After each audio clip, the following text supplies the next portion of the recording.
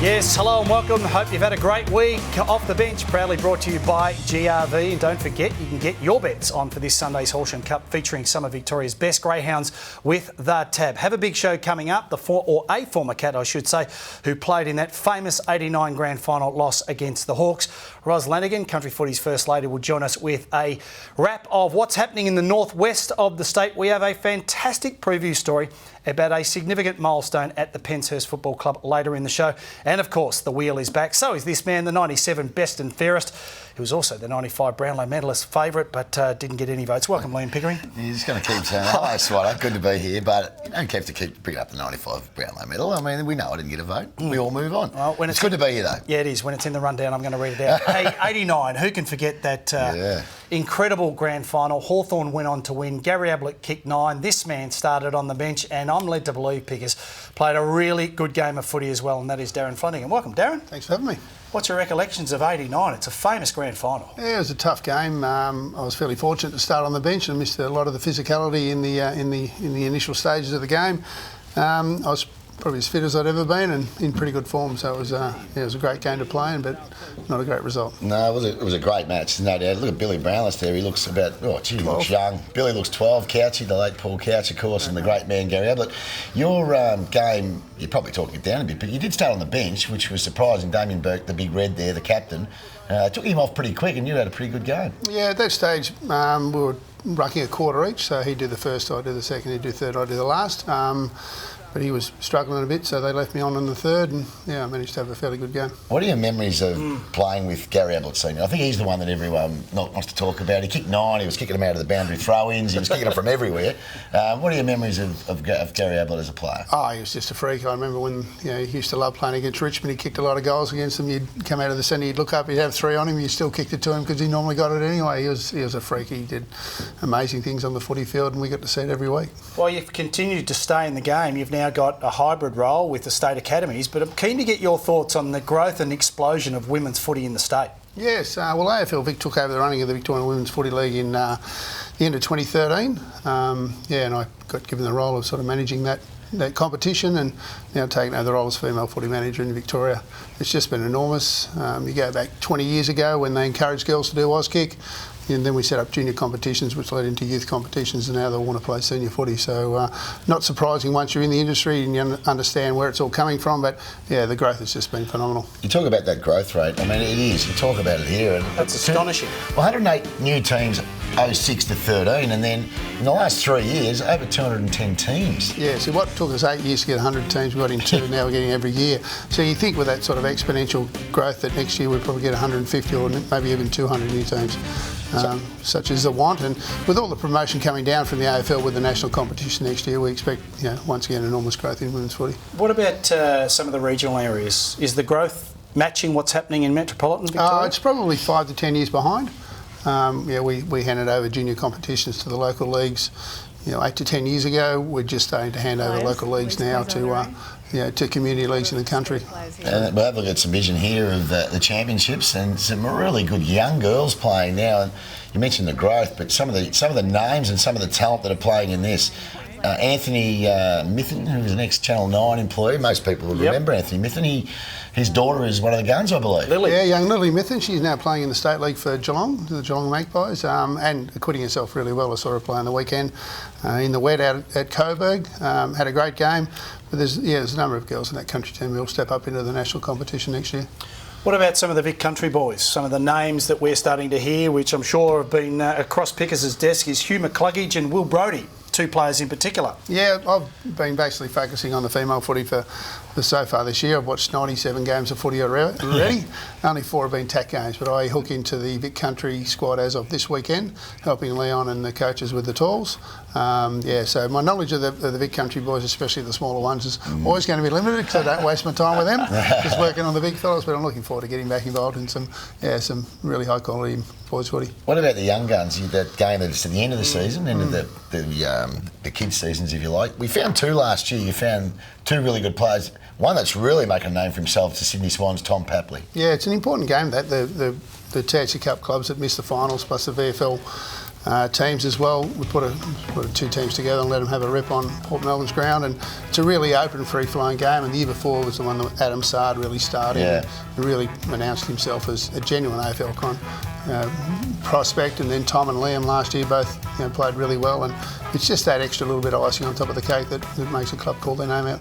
And most of the scouts get down there? Absolutely, They all get down, so they're not going to miss out on an opportunity to maybe find a Tom Papley type. Yeah, especially if kids have had a limited season because of injuries or private school commitments have affected their tax season. It's a really good opportunity for them to have a game that's a free-flowing, open game of footy. There's not a lot of tactics to it. It's just get out and have a kick, and it allows the ones with a little bit of skill and ability and pace to show their stuff. Show their wares. Well, I've got two twin daughters about to turn 13. They can't get enough of AFL footy, so congratulations on your team and the AFL's work to provide opportunities for young girls who are passionate about the game of AFL. And as a token of our appreciation, really appreciate you coming in tonight. You're not going to go home empty-handed. We're led to believe Damien Monkhurst went down the street to our mates at St Goliath Clothing with his $100 voucher, which we're going to give to you because you can get yourself looking absolutely schmicko, Darren. Seriously, street trends, easy-to-wear style. St Goliath is available at Myra and Edge clothing stores nationally. You'll look just as good as Damien Monkhurst. Thanks very much for coming in on the program. Thank you very much for having me. There you go, Darren Flanagan. Up next, Country Footy's First Lady, Ros Lanigan, with a close look at the northwest of the state.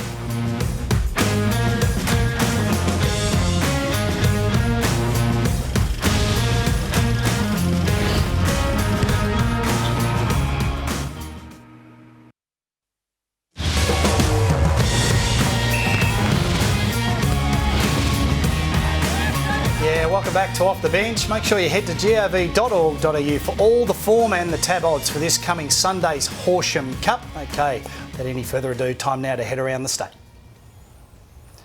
Yeah, it's time to introduce and welcome back Country Footy's First Lady, Ros Lanigan. Welcome back, Ros. Great to be here. Rosie, what's the polo? What's the setup there? It's a different look you're rolling with today. I am. It's the colours of the Penshurst Bombers Footy Club in the Minnera and District League, and you'll find out why a little bit later. Hang on. It's a little tease. Little teaser. Yep. Okay, I got you. What are we looking at? Which part of the state this week, Ros? We're going to take a look at the northwest of the state, and we're going to start off in the Sunraysia Football League, right up in the top corner, where Irimpool came back from a 5-point deficit at three-quarter time to win by 23 points. They kicked 7 goals in the last quarter after managing just 7 goals in the first 3 quarters combined pick, so very good job there. Ryan Dowdy was the main destroyer for the Swallows. He kicked 4 majors. Jason Eagle kicked another 3. Luke Clossy, Travis Dawes and Jaden Scatting kicked 2 each for Wentworth. Now the Roos will be very disappointed to drop that one. Leading at the last change and losing is never a good look, especially when a win would have pushed them into the top 5. Let's have a look at the ladder. After 7 rounds, Irimpool are sitting 4 and 2. They're sitting second beneath Mildura, who are unbeaten. 4 clubs, including Wentworth and last year's grand finalists Redcliffs and Imperials, are both at the bottom of the table with 2 wins apiece. Oyen United, of course, the newcomers to the league after the Mallee Footy League was wound up at the end of last year. They're on 3 wins and 3 losses, a pretty even start to their season. Okay, what about in the Wimmera League? My old stomping ground. Your favourite part of the world. And Tim Watson's old, of course, that's his old team there in the green. It is. Dimbulla, who went down by 63 points to the Horsham Demons on the weekend. A pretty high-scoring round 9 clash, really. The writing was on the wall early when the Demons kicked 5 goals to 1 in the first term, and they were never headed from that point. Ryan Kemp booted 4 goals for the winners to take his season tally to 19. Conboy chipped in with 3, and he was best at field, and Tyler Blake was a good contributor as well. The Demons are 8-1 after 9 rounds, heading into the league by this weekend for the long weekend, of course. They're sitting second on percentage behind Mingit Murtoa, who haven't been up there for a little while, Pickers. No. Dimbulla still without a win this year. Hopefully the Roos can recoup this weekend during the bye and get a couple of late season victories. And Pickers, Stall, up and about. Well, going well. Brad Thomas has got the boys going well. 6 and 3, the Stall Warriors. And of course, last weekend was the Pickering Turner Cup. The what? The Pickering Turner Cup. And happened to handle our boys, which was disappointing last Sunday morning. Oh, well, anyway, but the senior team's going well. For sure, and we'll take a look at the Miller Footy League, one of the smallest senior leagues in Victoria with just the 6 clubs. Back-to-back reigning Premier Bamble, once again the front runners here. 6 rounds into the season, already 2 games clear of their nearest rivals in Golgol. Now those teams actually met last weekend, Bamble and Golgol, and Bamble got the job done by 10 goals. Werribee, who were last year's runners-up, are sitting 4th at 3 and 3, and good to see Moringa getting a couple of wins early in the year after just the 1 win last year. And finally, in the Central National Murray Football League, a three-way tie at the head of the ladder after 8 rounds. Nai West United, the 4-time reigning Premier Kerrang and Koondrook-Barram locked on 6 wins apiece. Lake Boga not far off the pace with 5 wins and 2 losses. Now tomorrow there's a huge game. It's the grand final rematch between Koondrook-Barram and Kerrang, and that will be an absolute humdinger. Oh, I'll tell you what, you know your stuff when it comes to country footy around this great state, Rosie. Hey, Ash Saunders was a Centurion goal kicker last year. He joined our program. Tungamah under-14s are on fire. Yeah, Tungamah under-14s are making the seniors look bad, which is quite a job. The Bears under-14s have a percentage of 3,617 after 9 rounds. Now, their average winning margin is 117 points, about 19.5 goals, boys. That's just unfair. Their closest game was against Rennie in round 6 when they still won by 10 goals. They've held their opponents scoreless in 3 matches, including against Shepparton East, who were second last week. So Shepparton East couldn't even get a score against Tungamah on the weekend. Yeah, look, it's a great result for the Tungamah. They didn't win last year, so we're not pumping up a junior club that always wins. They didn't win last year, but they're doing very well this year, and we'd like to pay tribute to them. Good on you, boys. Well done, boys. What about the VIC Country squad that was announced? There was a couple of surprise omissions for mine. Yes, please. Yes, rightio. Well, those notable absentees were, of course, Tim Looby, who has captained the side for the last 2 years, and last year's vice-captain, this man, Grant Weeks. He actually played his first game of the year on the weekend. He had some ankle surgery over summer. Now, this will be Peter Knight's last game as coach of the VIC Country side after 7 years at the helm. The initial squad includes just 5 players from the side that won the Brian Maloney Cup against the VAFA last year. And the inclusions, after those notable absentees, the inclusions are 6 players from the top-ranked Geelong Footy League, including Jason Davenport, who's now playing at North Shore, 6 from the Goulburn Valley Football League and 5 from the O&M. 4 players from one individual club in the Bendigo Football League. 4 players from Golden Square: Jack Geary, Dylan Johnston, Thomas Toma, and of course Chris Ryan. So that's a great effort for one footy club. Absolutely it is. And just quickly, Weeksy on the weekend, as I said, came back from that ankle surgery. Kicked a lazy 9 in his first goal of the season. Straight in. And look, I did some maths last night, and 8 games left for Colbinabbin this year. If he kicks 11 or 12 each week, he'll still get the tug. He's a freak.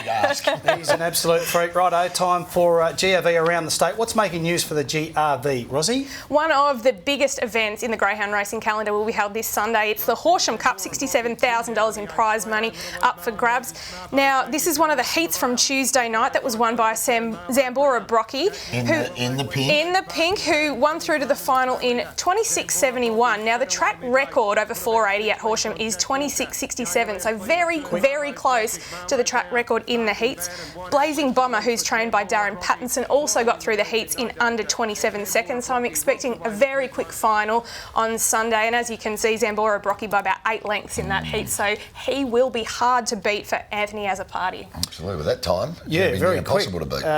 And good luck to those trainers and greyhounds that are racing on Sunday. Rosie, thanks to you. We'll see you next week. Thank you. As we go to the break, coming up a great feature story, but the Horsham Cup this coming Sunday. If you're in the area, get down. It's going to be a great day's racing. Off the bench, coming back with more shortly.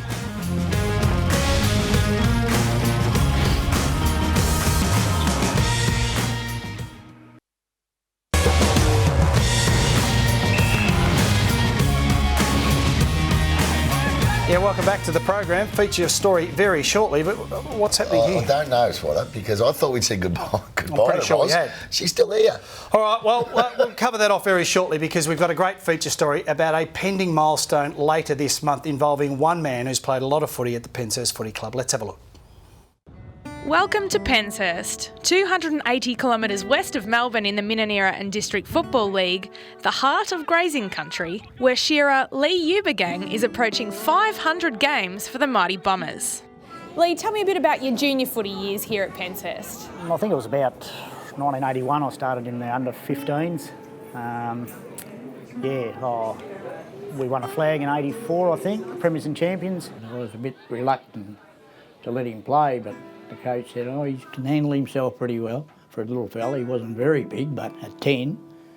So it just flowed on from there. I suppose the 3 flags in a row was the best, and the Premiers and Champions one in 91, that was probably the pick of them, first senior flag. So yeah, that was good. just no more come. That was the trouble. What have been the highlights of Lee's career that have made you most proud as a father? Oh well, his football, his leadership. He just plays the ball hard, fair. I said, I told him very, very early in his playing, if you play hard and fair, you'll go a long way. What is it about this club that makes it a great place to play? It's a good club, a lot of good mates here, and I was just with your job as a shearer, it was a lot easier to play here and travelling around, and I probably wasn't good enough to go any higher anyway, so you know your limitations. The Ubi Gang family are just icons for the club. They've gone through, there's 3 generations here now, and Lee's father's a life member, played 300 plus games. Lee's still going, and obviously congratulations, he rolls on towards his 500.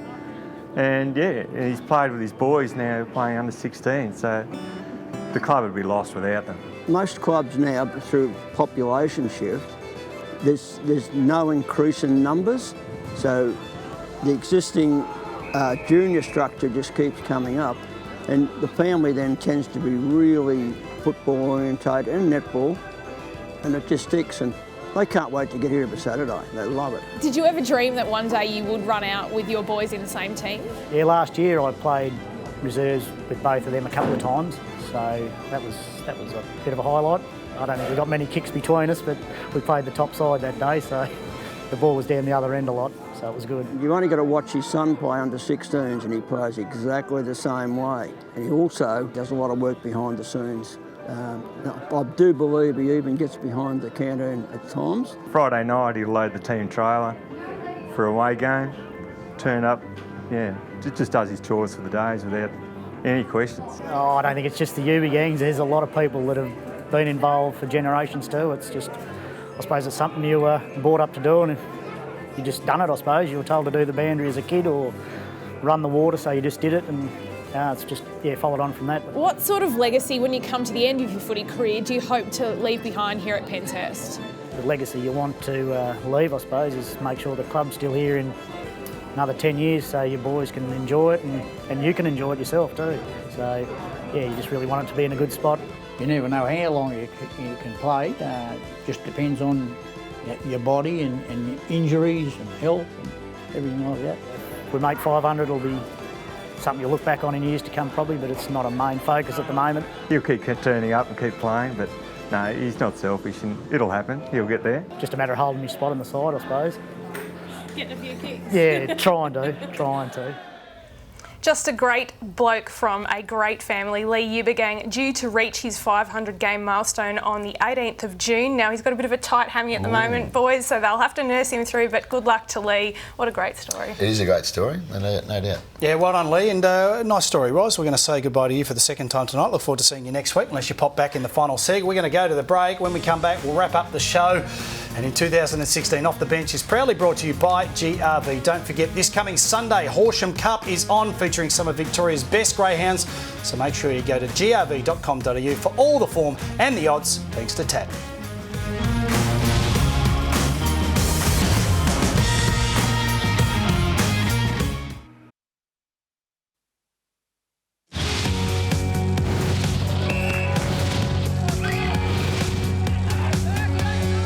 It's our favourite part of the show, the Celebrate at the Country Races wheel, with lots of goodies to be won each and every week. And the major prize, a $2,500 marquee package at the Kilmore Cup later this year, and that'll be drawn on our Grand Final Eve show.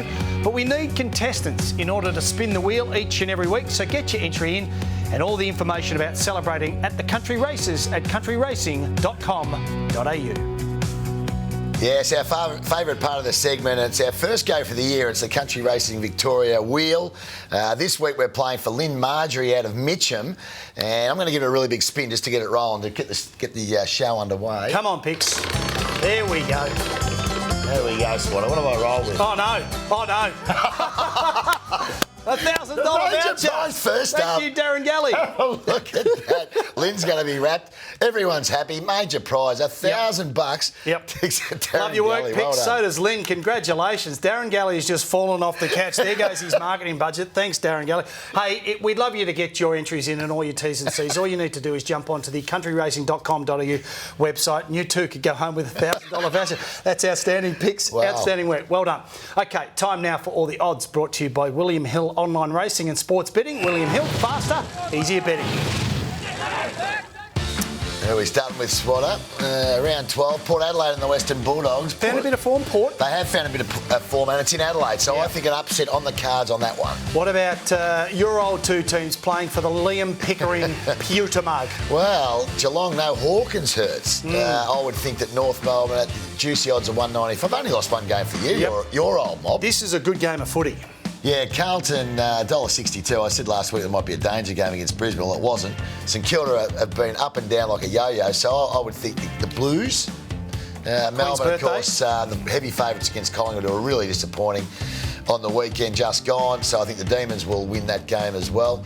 And looking at Coleman Medal and Buddy Franklin. $2 favourite. Josh Kennedy has got an opportunity this week to move past Buddy. Tommy Josh Jenkins. The big Jenko, the Adelaide big good boy form. from Swan Hill, $15 shot, is kicking bags of goals. So I would think that he's going very well at the moment, Josh Jenkins. He's half a chance. Halfway through the AFL home and away season, Premiership favourite is an interesting conversation. We don't have the betting for it this week, but who's your tip so far with half a year gone? Well, I think the clear two best teams are North Melbourne and Sydney. I'm obviously on exposed form. I think I'd lean towards the Swans. They did beat North. They beat up on North, really, when they played them the other Friday night. So if I was having a pick now and I went this far out and you don't like to do that, I would lean towards Sydney at this stage. You got my vote, Picks. Thank you very much for joining us tonight. Have a good long weekend. Looking forward to it, Swallow. And if you'd like to get involved, you can get involved via Facebook or Twitter. We loved your contributions. Thanks to Ros, thanks to all of our guests. And most importantly, it's a long weekend. Play your footy and your netball, but stay safe on the road. Have a great long weekend off the bench TV. Thanks to GRV. We'll all be back doing it again next week. See you then.